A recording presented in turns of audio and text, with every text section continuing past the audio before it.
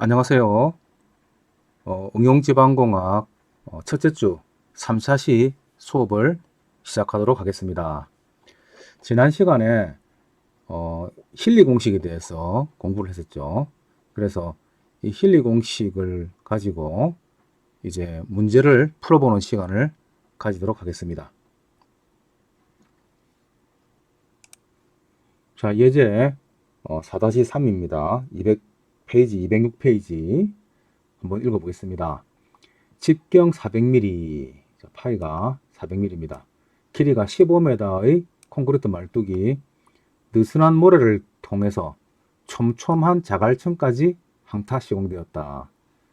무게 30kN의 단동 증기 해머를 사용하여 단동식입니다. 1.5m 높이에서 항타하였고 H는 1.5m, 최종 타격 시의 관입량은 3mm였다. 말뚝의 머리에는 5cm 두께의 패킹을 하고 플라스틱 돌리의 헬멧을 씌웠다. 그래서 이걸 가지고 이제 나중에 N을 구하게 되죠. 말뚝의 무게는 74kN, 헬멧과 돌리의 무게는 4kN이다. 말뚝의 극한 지지력을 엔지니어링 뉴즈 공식과 힐리 공식을 사용해서 구하라 이렇게 했습니다. 그래서 먼저 엔지니어링 뉴즈 공식을 가지고 먼저 구해보면 엔지니어링 뉴즈 공식은 안전율을 6을 사용하고 그 다음에 레머 무게 곱하기 낙하고, 그래서 30kN 그대로 적용을 하고, 그 다음에 낙하고는 1.5m니까 150cm가 되겠죠. 센치로 고치려 했습니다. 그리고 관입량이 3mm에 있으니까 0.3cm가 되겠죠. 그리고 C값은 이렇게 0.2를 적용을 했습니다. 자, 그런데 우리가 앞에서 배운 엔지니어링 뉴즈 공식의 단동식 전개하면은 요 C값을 0.254를 썼죠. 그죠? 254를 썼습니다. 그래서 요거는 잊어먹고 0.254를 씁니다. 자, 0.254를 쓰면은 답이 이게 아니고 1350 3.79kN이 됩니다. 그래서 이렇게 수정해서 사용하도록 합니다. 자, 다음은 힐리 공식으로 한번 풀어보겠습니다. 자, 해머의 무게가 30kN이고 그 다음에 말뚝 무게가 74, 그 다음에 헬멧과 돌리 무게가 4니까 78kN이 되죠. 여기서 효율을 이제 구하면은 여기 지금 공식 우리 요즘 WR 플러스 WP 분의 WR 더하기 N의 제곱에 WP 이렇게 되어 있죠. 그래서 이 효율을 그대로 계산해 주면은 지금 이렇게 나오게 됩니다. 그래서 0.39가 나왔죠. 그죠? 그리고 기계 해머의 기계 효율은 우리 표를 보면은 이 맥키렌난의 식을 보면은 0.85를 적용을 하게 되어 있죠. 그래서 요거를 적용해서 0.85를 쓰도록 합니다. 지금 결정이 됐고요. 그 다음에 이제 C1, C2, C3를 구하기 위해서 이 세 개의 개수를 구하기 위해서 먼저 타격 응력을 계산을 해봐야 됩니다. 우리가 표에서 보면은 타격 응력으로 여기에 보면은 C1 값을 이렇게 찾게 돼 있죠. 타격 응력의 값에 따라서 C1 값을 찾게 돼 있으니까 이 타격 응력을 현재로서는 타격 응력을 결정을 못하는 상황이니까 먼저 가정을 해서 타격 응력을 계산을 하게 됩니다. 그래서 먼저 대략 지금 우리가 앞에서 그 엔지니어링 뉴즈 공식으로 계산한 게 1300kN 좀 나왔으니까 아무래도 힐리 공식은 이보다 적게 나올 것이다. 그래서 1200kN 정도로 가정을 하겠습니다. 그러면 1200kN을 그 다음에 여기에 말뚝의 단면적 4분의 파이디 제곱으로 나눠주면은 9550kN per 제곱메타 스퀘어 메타가 되죠. 그래서 응력값을 계산을 했습니다. 그러면은 약 이 정도에 되는 응력값에 따라서 C1을 계산을 해보면은 요거는 이제 우리가 그 비례식으로 계산했죠. 여기 보면은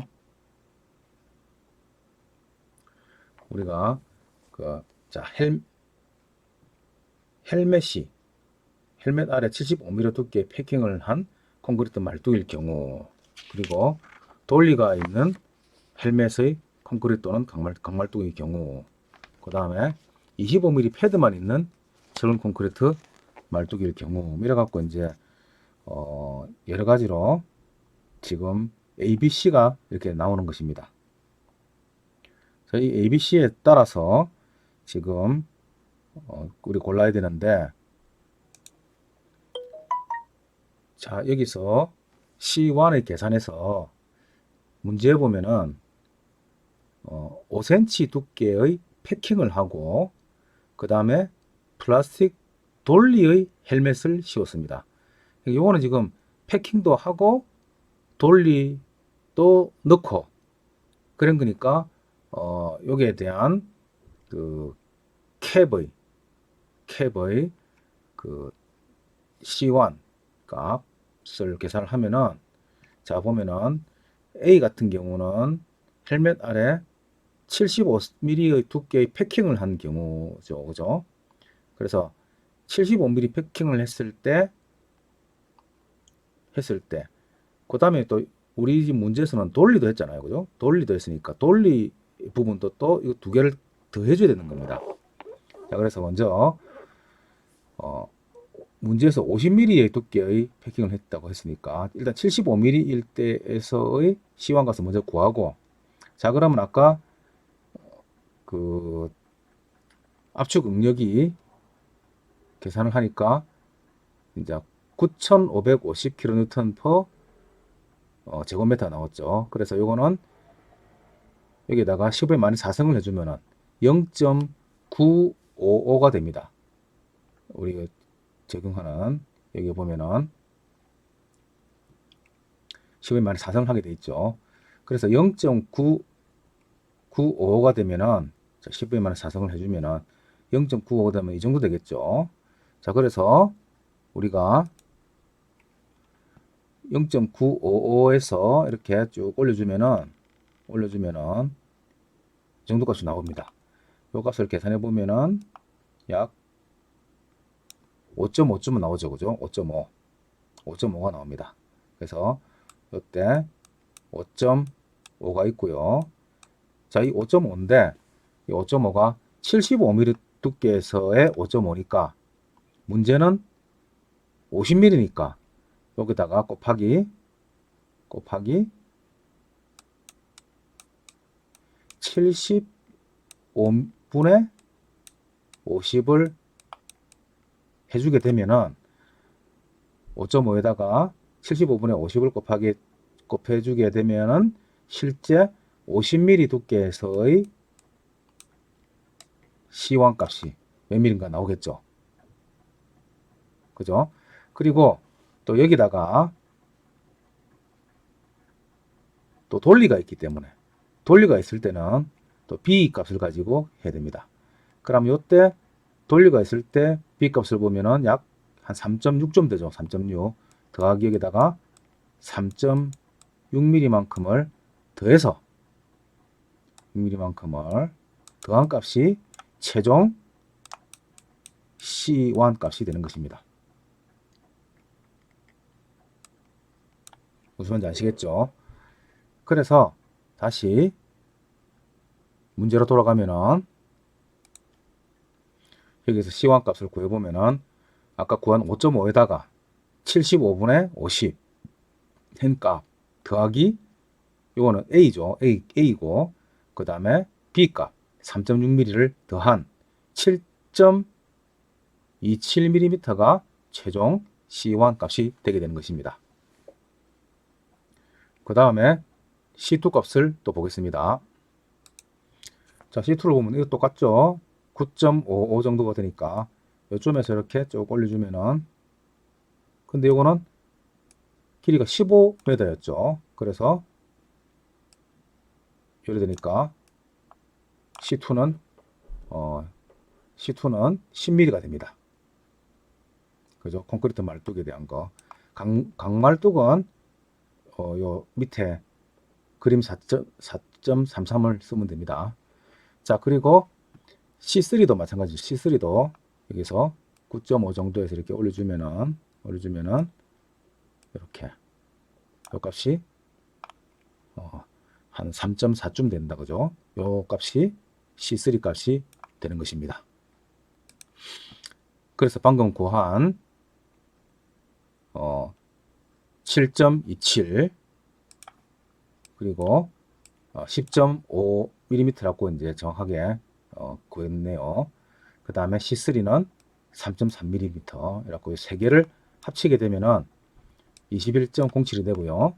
여기다가 원래식 나누기 2를 해주면은 그게 바로 C 값이 됩니다. 자, 그러면은 그대로 우리 그 실리 공식에다 넣어주면은 아까 앞에서 구한 EM 값 0.85, 또 EI 값 0.39, 그리고 또 지금 W 값 이거는 이제 해모 무게죠. 30kN. 그 다음에 낙하고는 1.5인데 요거를 센치로 고쳐줘야 되죠. 센치로 고쳐줘야 되기 때문에 요때는 지금 밀리미터 단위이기 때문에 밀리미터 같이 하기 위해서 요거를 센치가 아닌 밀리미터로 단위를 같게 만들었습니다. 그래서 곱하기 3의 10의 3승이 된 거죠. 그 다음에 3 더하기 요것도 밀리미터입니다. 요거 밀리미터, 요거 앞에서 구한 C값 해주니까 아래 위로 단위가 밀리미터는 날아가 버리고 남는 거는 1102kN이 나왔습니다. 자, 그런데 이 1102kN이 앞에서 가정했던 값과 다르죠. 1200으로 가정을 했는데 두 개 다릅니다. 그래서 다시 수정을 해야 합니다. 자, 그래서 이제 다시 가정을 하겠습니다. 계산값이 가정값 1200kN과 다르니까 이걸 조금 더 낮춰서 QU를 1150kN으로 다시 가정을 하고 타격 응력을 구하겠습니다. 그래서 1150kN 나누기 요거 말뚝의 단면적 4분의 파이 D 제곱 해주니까 9151이 나왔네요. 자, 그럼 이 값을 가지고 C1, C2, C3 값을 다시 구해야 됩니다. 그러면 0.91이니까 다시 앞으로 가가지고 자, 그래서 다시 그림 4.31로 왔습니다. 이번에는 0.91이니까 조금 더 아까 0.95보다는 더 밑에겠죠, 그죠? 밑으로 이렇게 되게 됩니다. 그래서 약 아까 5.5보다는 더 아래로 내려가게 될 겁니다. 그죠? 이 값을 정확하게 잘 돼 가지고 정확하게 측정을 하면은 5.3쯤 나올 겁니다. 그죠? 그래서 여기서 나온 이 값에다가 이 값이 이제 5.3이면은 5.3에다가 곱하기 75분의 50을 하고 그 다음에 다시 B 값을 또 구해야 되죠. B 값도 좀 작게 나왔습니다. 그죠? 이걸 한 3.3이라고 하면 더하기 3.3 현 값이 최종 C1 값이 되는 것입니다.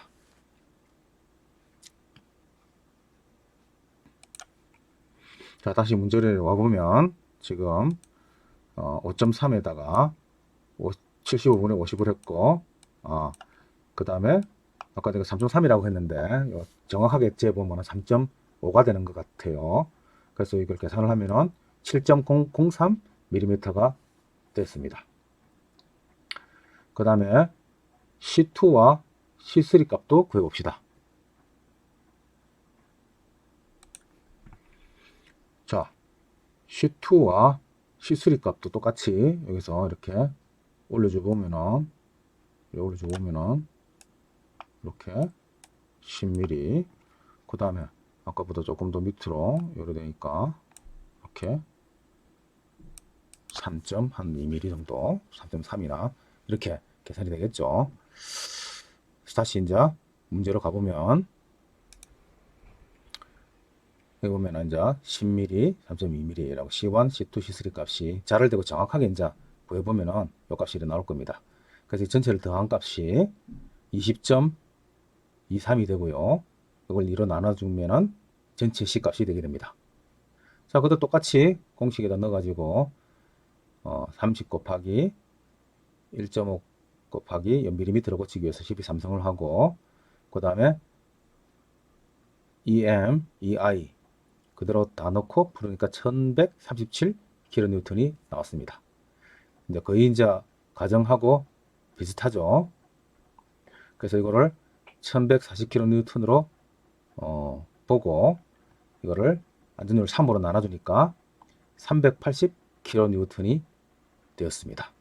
그래서 요 파일의 지금 문제에서 말한 직경 400mm 길이 15m의 요 파일의 힐리 공식을 이용해서 구한 값은 안전율이 3을 적용했을 때 380kN이다. 그래서 이 값이 1140이니까 지금 그 엔지니어링 유주 공식으로 구한 것은 1353이니까 이게 좀 더 크게 나오죠. 엔지니어링 유주 공식이 힐리 공식보다 좀 크게 나옵니다. 그래서 우리가 힐리 공식을 이용해서 문제를 한번 풀어보았습니다. 자, 다음 예제 4.5를 또 보도록 하겠습니다. 자, 예제 4.5는 디젤 해머에 대한 문제입니다. 효율 1.0인 디젤 해머를 사용해서 지름 400mm, 길이 10m인 원형 PHC 말뚝을 항타 시공하였다. 이렇게 되어 있죠. 자, 디젤 해머는 상당히 디젤 엔진을 이용하기 때문에 효율이 좋습니다. 그래서 디젤 해머를 한번 또 보도록 하겠습니다. 자, 디젤 해머는 이렇게 생겼습니다. 디젤 해머 영상을 보시면 여기서 디젤 엔진이 폭발하면서 막 이렇게 지금 말뚝을 박는 이런 모습이 나오죠. 디젤 해머는 이렇게 막 경유를 사용하기 때문에 이렇게 연기가 막 이렇게 나오는 이런 특징이 있습니다.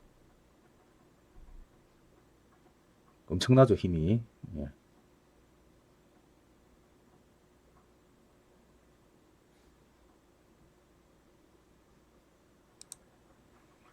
자, 다시 이제 돌아와서 디젤 해머를 봤으니까 디젤 해머로 문제를 한번 풀어보겠습니다. 자, 최종 관입 30mm 그 관입하는데 CPA 타격이 필요했다.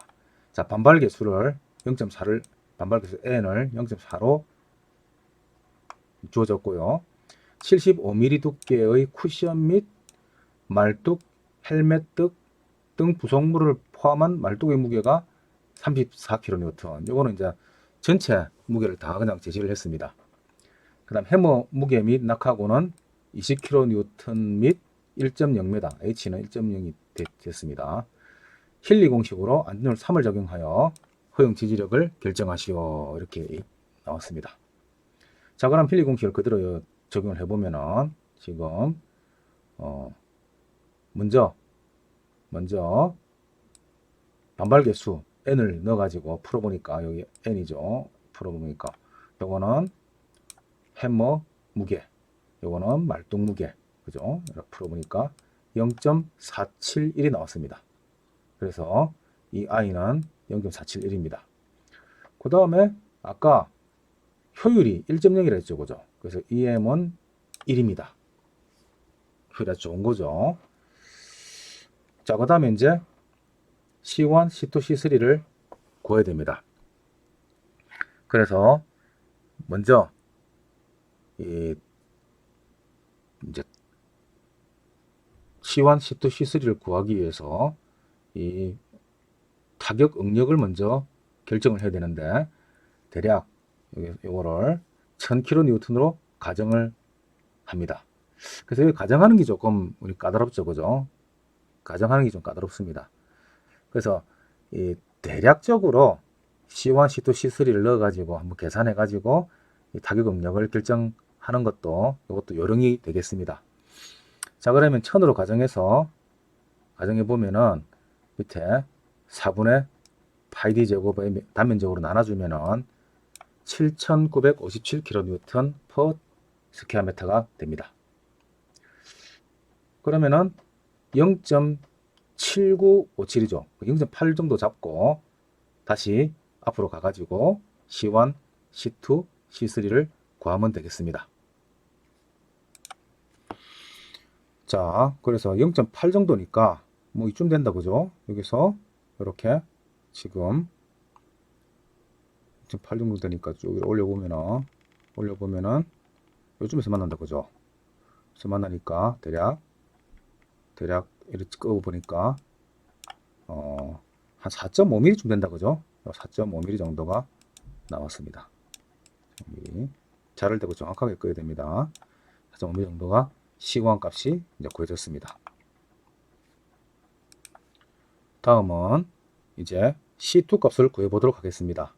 C2 값은 이게 지금 이제 길이가 10m 말뚝이니까 요 라인이 되겠죠. 10m 라인, 10m고 그 다음에 0.8 정도를 해보면은 0.8 정도 되니까 10m 0.8 정도 되면 요즘 되죠, 그죠? 요즘 됩니다. 그래서 요거를 끄보면은 요게 한 6mm 정도가 나오네요, 그죠? 6mm 정도가 C2가 되겠습니다. 그 다음에 C3를 구해봅시다. 이것도 내나 0.8 정도 되니까 여기서부터 이렇게 올려주면은 이렇게 쭉 올려주면은 3mm 정도 된다 그죠? 3mm 정도가 C3 값이 되겠습니다. 자, 그래서 여기서 구한 값들을 가지고 다시 돌아가서 자, 좀 전에 구한 C1 값 4.5mm, 그 다음에 C2 값 6mm, 그 다음 C3 값 3mm 요 전부 더하면은 이렇게 되죠. 그 다음에 이거를 2로 나눠주면 됩니다. 2로 나눠주는 거랑 0.5로 곱하는 거랑 뭐 같은 거죠. 나누기 2를 하든지 뭐 같은 겁니다.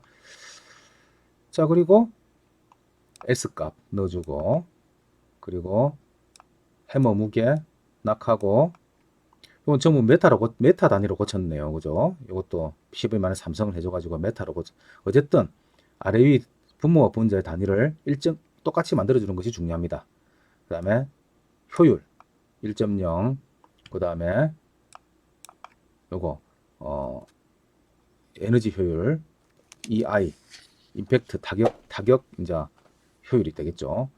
그래서 이게 0.471 넣어주니까 966.7kN 거의 뭐 우리 가정하고 비슷하게 나왔습니다. 그래서 대략 가정값과 맞았다. 그래서 이거를 가정값이 1000이니까 이 1000을 3으로 나눠주니까 333kN이다. 이렇게 결정을 했습니다. 이 정도를 가지고 뭐 맞았다고 하기는 좀 그런데 여기서는 이 문제에서는 그냥 맞다고 넘어갔습니다. 사실은 뭐 꼼꼼한 사람은 이걸 더 줄여갖고 다시 하겠죠. 정확하게 계산하기 위해서 줄여서 다시 할 겁니다. 그래서 이거는 아무래도 조금씩 이제 사람마다 답이 끝다리가 좀 다르게 나올 수가 있는 그런 문제라고 할 수가 있습니다. 자, 우리 책에서는 208페이지에 보면은 이러한 항사 공식이 얼마나 정확한지 하는 것을 어, 이야기를 해놨습니다. 여기 보면은 이 항타 공식이 사실은 아주 라프하기 때문에 많은 논란이 있어 왔어요. 그래서 실제로 이제 그 항타 공식으로 구한 거하고 실제로 측정한 값하고 지금 이제 여기 이게 측정값분의 계산값이고 여기 계산값분의 측정값입니다. 여기 1에 가까우면은 정확한 게 되겠죠. 측정값과 계산값의 차이가 없다는 것이죠.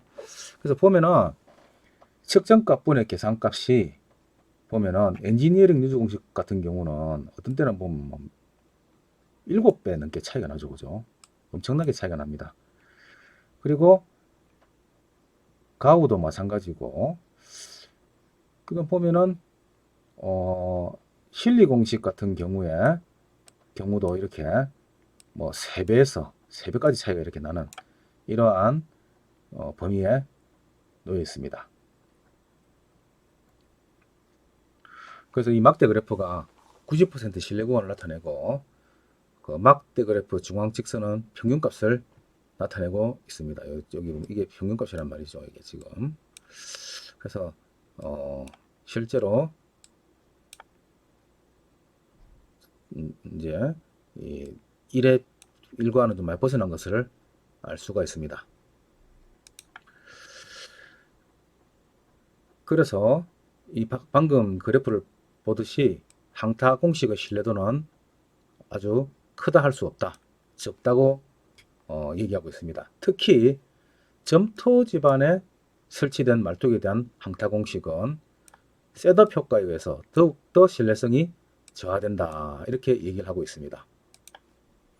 자, 여기서 그 셋업 효과가 나왔죠. 그 셋업 효과를 설명을 좀 드리겠습니다. 이 셋업 효과란 것은 그 말뚝을 이제 땅에다 타입을 하게 되면은 타입하고 난 이후로 시간이 경과하면은 그 말뚝이 이제 점점 그 집안이 이제 교란됐다가 다시 원래대로 돌아가면서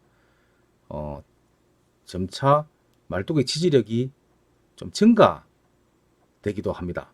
그래서 이걸 시간 경과 효과라고 하는데, 시간이 경과되면서 지지력이 증가될 수도 있고 감소될 수도 있는데, 시간이 지남에 따라서 지지력이 증가하게 되는 현상을 그 셋업 효과다, 이렇게 얘기를 합니다. 그리고 시간이 경과함에 따라서 말뚝의 지지력이 또 감소할 수도 있습니다. 그래서 원래대로 회복되지 못하고 계속 더 감소하는 이러한 집안도 있는데, 이러한 현상을 릴락세이션이다, 이렇게 정의를 내립니다. 그래서 셋업 효과의 반대말은 릴락세이션이다, 릴락세이션 효과다, 이렇게 이제 보시면 되겠습니다. 그래서 그 보통 보면은 항타를 하고 난 다음에 시간이 경과함에 따라서 지지력이 점점 증가하는 현상이 이제 일어나게 되는데, 요거는 주로 말뚝 그 주변이 이제 항타를 하게 되면은 교란됐다가 교란된 집안이 이제 회복되는, 이제 우리 그거를 틱서트로피라고 하죠. 틱서트로피 우리 배웠죠. 틱서트로피 효과 또는 에이징 효과, 시간 경과에 따라서 이제 회복된다 해서 에이징 효과, 뭐 이렇게도 얘기를 합니다.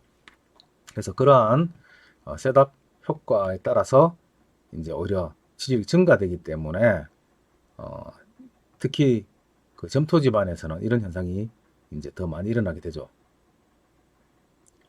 그래서 이 다음과 같은 원인에 의해서 에너지 손실량의 정확한 측정이 어렵다, 이렇게 얘기하고 있습니다. 그래서 뭐 참고사항으로 여러분들이 이거는 그냥 알아두면 되겠습니다. 그래서 이 항타 공식이 그 신뢰성이 나기 때문에 최근에 이 항타 공식을 적용하는 것을 하지 않고 이제 항타 공식을 적용하는 것을 좀 줄어들고 있는 그러한 실정입니다. 여기까지 해서 항타 공식까지 해서 이제 오늘 수업을 마치고요. 예제가 있습니다. 예제는 여러분들이 풀어서 제출하면 되겠습니다. 그리고 예제는 1번부터 5번까지 문제가 있는데 요거를 풀어서 다음 주 이 시간까지 제출하시기 바랍니다. 자, 이상으로서 오늘 수업을 마치도록 하겠습니다. 수고 많았습니다.